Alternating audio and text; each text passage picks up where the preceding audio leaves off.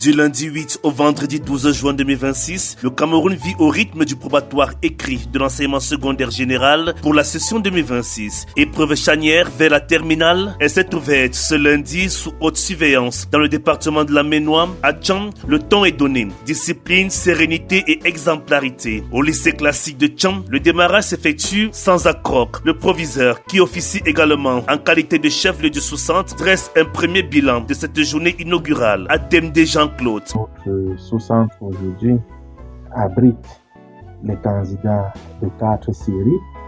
On a la série A4 espagnole qui a le candidat non-voyant. On a la série C qui a un candidat libre. La série D, 509 candidats, et la série Technologie de l'information TI avec 82 candidats inscrits.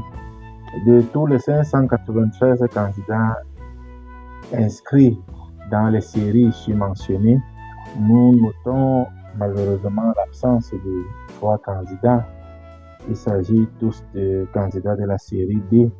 Donc, nous avons 590 candidats présents sur le site de probatoire, répartis en 18 salles de classe de 35 au maximum chacune, conformément aux prescriptions de l'organe en charge des examens de probatoire, à l'occurrence l'Office du baccalauréat du Cameroun. La pression est palpitante, mais elle se mue en concentration, maîtrise de soi et rigueur intellectuelle. Telles sont les vertus cardinales exigées de ces jeunes. Au lycée bilingue de Zingmen, le constat est identique. 334 candidats sur 337 attendus ont répondu présent. Le chef de sous-centre confirme cette assiduité remarquable. Jean Noumechi. Nous avons bel et bien lancé dans de très bonnes conditions, tout se passe dans la sérénité.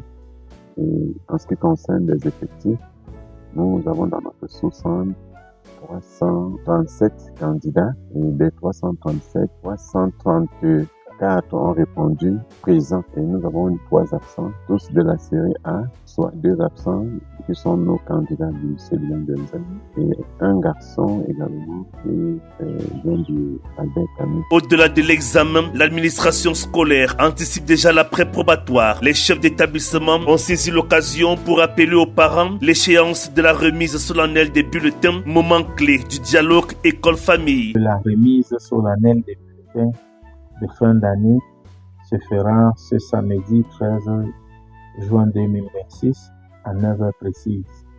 Ils devront prendre toutes les dispositions, je parle là des parents, pour que les élèves ou alors eux-mêmes, les parents, viennent récupérer ces bulletins et pour que l'année s'achève en beauté. Dès qu'ils finiront d'ici vendredi prochain, ils seront en congé. Puisque les vacances approchent, un message de responsabilité adressé aux futurs vacanciers. L'école réaffirme sa mission éducative au-delà des salles de classe, occuper utilement son temps et se prémunir contre toute dérive. Le message que nous pouvons leur prodiguer, c'est de passer des vacances utiles. Comme vous le savez, aujourd'hui, il y a trop de déperdition de la jeunesse et nous ne pouvons que leur demander de passer de très bonnes vacances en mettant, n'est-ce pas, en pratique tout ce qu'ils ont. S'ils doivent aider les parents, qu'ils aident les parents dans le bon sens et non pas leur apporter plus de chagrin, surtout que c'est déjà des parents assez stressés que l'on a eu tout au long de l'année.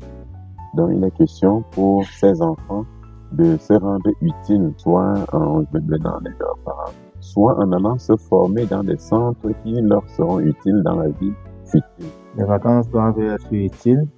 Les vacances doivent être sans danger. Je parle ici de danger corporel, de danger sanitaire. Ils devraient être utiles en accompagnant les parents dans les activités quotidiennes, que ce soit au marché, comme on a l'habitude de voir, ou dans les travaux champêtres.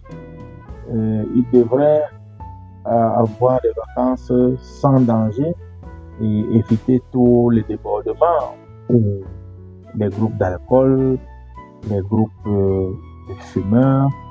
La période de vacances n'est pas une période où les enfants doivent être laissés à eux-mêmes.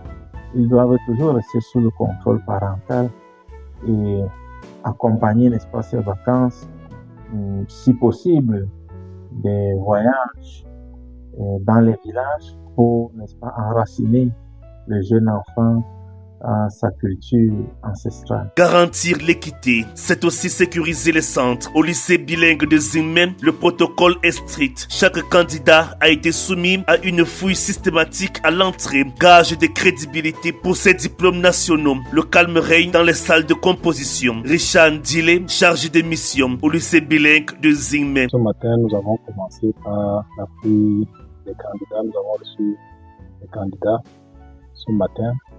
Et ils ont été bien fouillés à l'entrée du campus et devant les salles de classe par les surveillants. Présentement, ils sont en train de passer la première épreuve, la littérature dans toutes les séries, que ce soit la série A, C ou D. Ce que nous pouvons dire jusqu'à présent, le probatoire RG se déroule dans le calme et dans la sérénité. Ainsi, la MENOA ouvre le probatoire 2026 sous les auspices de la rigueur et de la transparence. Un exemple de crédibilité que le ministère des enseignements secondaires entend généraliser sur l'ensemble du territoire national.